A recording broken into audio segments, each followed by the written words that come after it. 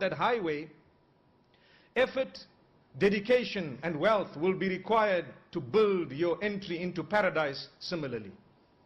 Something extremely important. When we use these facilities, we don't for a moment think that they will help us the few times that we use that road. Perhaps we will go down in history as being a generation that contributed to our country the most, maybe. But what about going down as a person who entered the Akherah, a person who entered paradise by reaching out to people, by being the best of people, by trying to obey the instructions of Allah subhanahu wa ta'ala as best as possible, by being people who were always found in the masjid. What is the masjid? Amazing. That's our topic this evening.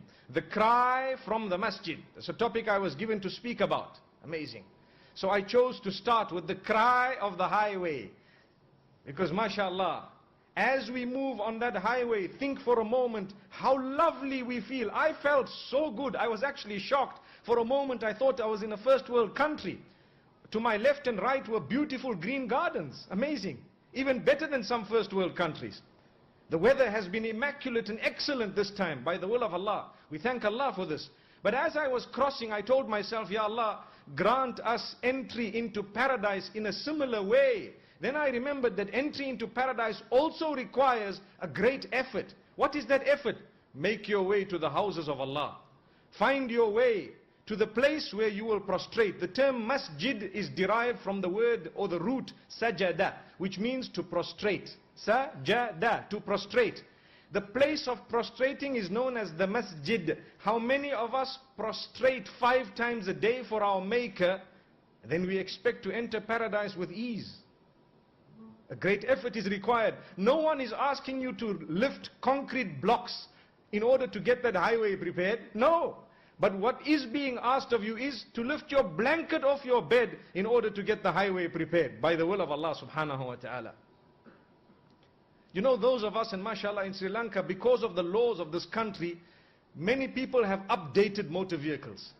You are not allowed to import a vehicle older than X amount of years. Beautiful law, because the country is updated. Everyone has nice motor vehicles. And when you jump into your new car, mashallah, whether it is an Alphard or a Velfire, whatever else it is, mashallah, you know what happens? You feel so nice because of the smooth ride. You are happy, but you don't know that was an expensive car. You worked so hard to earn the money. And at the same time, you bought it. You want good roads. What did you do to contribute towards those good roads? Some of us have done very little, or should I say, we can do more. But we get so excited when we have a lovely road. One of the things that came to my mind was, mashallah, those with the Jaguars now will really enjoy the ride, because look at how beautiful it is.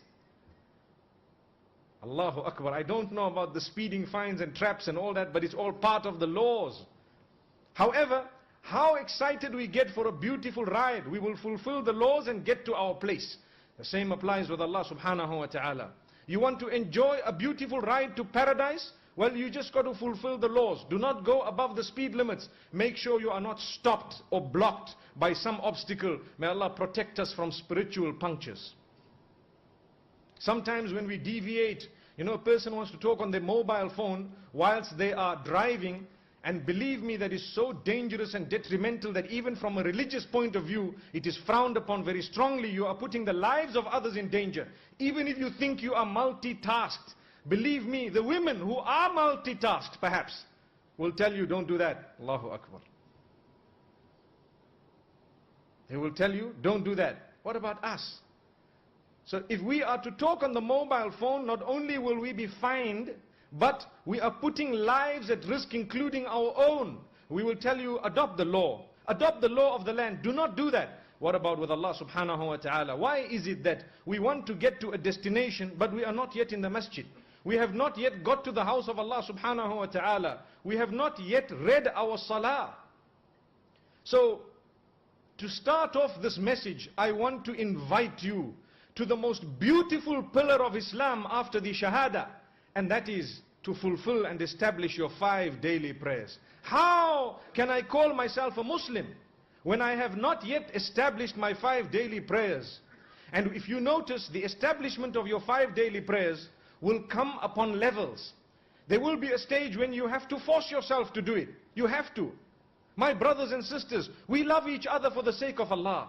We want to go to paradise. We do not want to see each other heading in the wrong direction. Imagine the day in a few years when your entire city and country is linked with beautiful highways. What will happen is, if you miss one turn, you will have to go perhaps another 10 to 20 kilometers before you can get another turn. You will have wasted fuel, you will have wasted a lot of time, and perhaps you might not get to your destination on your particular appointed time. What happens to us is, in our journey to Allah subhanahu wa ta'ala, we sometimes miss the turn. We sometimes go further in transgression of Allah subhanahu wa ta'ala. By the time we come back, we have already lost a bit. May Allah subhanahu wa ta'ala protect us. An effort is required. We want to see each other in paradise. Without making an effort, nothing good just comes about. Take a look at the infrastructural development. Wallahi, it might take you 4 years to build a building. A tall building, a skyscraper in the center of the city. But after those 4 years, you are smiling all the way. The stress, the amount of money spent, the sleepless nights, for how many years? For 4 years. After that, you can rest because your building is built. But that rest also, it is conditional to the type of building you have built. If your structure was not good, you will always be worried of the building dropping. May Allah protect us. It is prohibited for us as Muslims to go against the laws of town planning. Because if we put up a structure that is dangerous for those who will live in it, then we are guilty of culpable homicide the day that that building comes down and loss of life happens. May Allah protect us. So this is why as Muslims, we need to be good citizens of our own land. And how will we be good citizens of our land when we are not even good to Allah subhanahu wa ta'ala's laws? So this is why the most disciplined of people are supposed to be the Muslims. They get up early morning, not because they've got to go to work, but they have to prepare for that palace of theirs which is going to come after death. Just today I tweeted something very interesting. We heard of the death of Nelson Mandela. And it is natural that a man who has struggled to fight tyranny, to fight racism, to fight oppression and so on, who became an icon globally of the fight against apartheid and racism and so on, he is a man that will definitely be missed. He has left a legacy we learn from. And amazingly, we all say condolences to his family, and we ask Allah subhanahu wa ta'ala to bless us the day we die. We learn a lesson from such a death. Because what I said today is something strange. It came to me at Jumu'ah whilst I was speaking, and I'm sure some of you might have heard it. Life is not guaranteed for anyone, not at all. No one here can guarantee that he or she is going to get up and walk out alive. Not one person.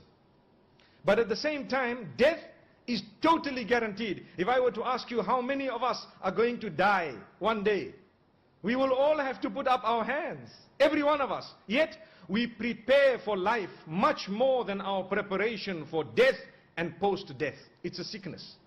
Allahu Akbar. We become sad at the loss of life, don't we?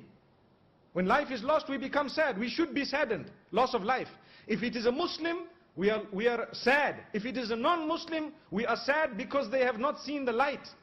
So, as we become sad upon the loss of life, we should be even sadder, more deeply saddened at the loss of the afterlife. If a person has lost this life, but they have not lost the afterlife, they are still prone to gain. They will be gaining. They will be smiling one day forever and ever. But if a person has lost this life and the afterlife, then it is called خَسِرَ الدُّنْيَا وَالْآخِرَةِ ذَلِكَ هُوَ الْخُسْرَانُ الْمُبِينُ. He has lost the dunya and the akhirah. That is indeed a manifest loss. Very clear cut, mubin, straightforward. You have lost both this world and the life after death. So how many of us have whatever we want in this world? Not a single one. So when are we going to get whatever we want? Well, some, may Allah protect us, may never ever get everything they want because they would have lost the dunya and they would have lost the akhirah.